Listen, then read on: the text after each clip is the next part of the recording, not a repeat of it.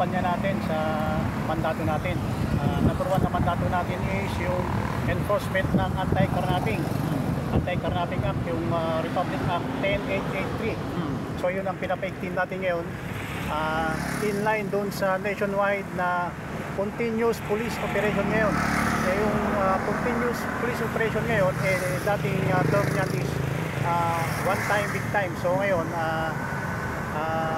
na-replace na, ginawa ng police continuous operation ngayon. So ngayon, nagkakatak tayo ng tuloy-tuloy na kampanya enforcement ng Republic Act 10883. And then, aside from doon, pinapagting din natin yung enforcement natin sa mga traffic laws. So, yun na lang muna sa ngayon. Okay. Sir, by the way, dito sa Misamis Occidental, wala bang kaso mga karnapping na dito natin na highway patrol? So far sa mga dito sa Misamis Occidental sa area natin is minimal naman yung carnapping incident natin. Actually, meron tayong reportin na isang carnapping incident lang, pero nahuli naman yung suspect. Okay, saan nangyari yun, sir? Sa may bandang Oroqueta.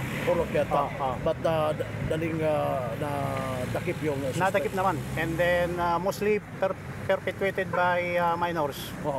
So dito, wala tayong namomonitor ng mga grupo ng mga carnappers. Yeah, so wala siyang group or criminal group o na carnapping yung target nila? Monitor natin, wala.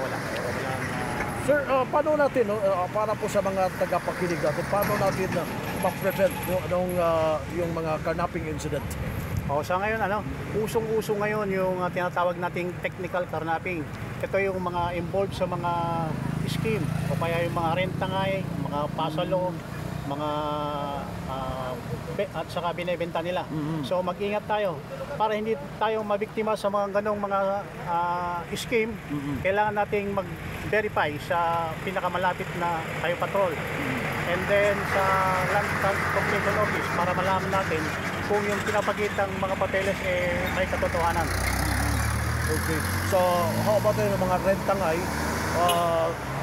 I-verify talaga kung totoo ba na yung tao nag-rent. Tama yun, kailangan din nating i-establish yung identity ng seller.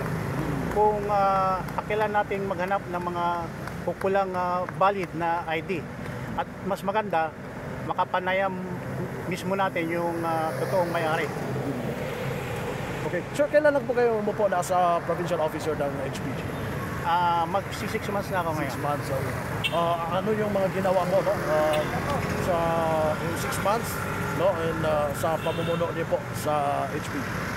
So, ganun pa rin, tuloy-tuloy pa rin yung sinasagawa natin na intensified na anti-carnapping laws and then sa enforcement ng mga traffic laws natin.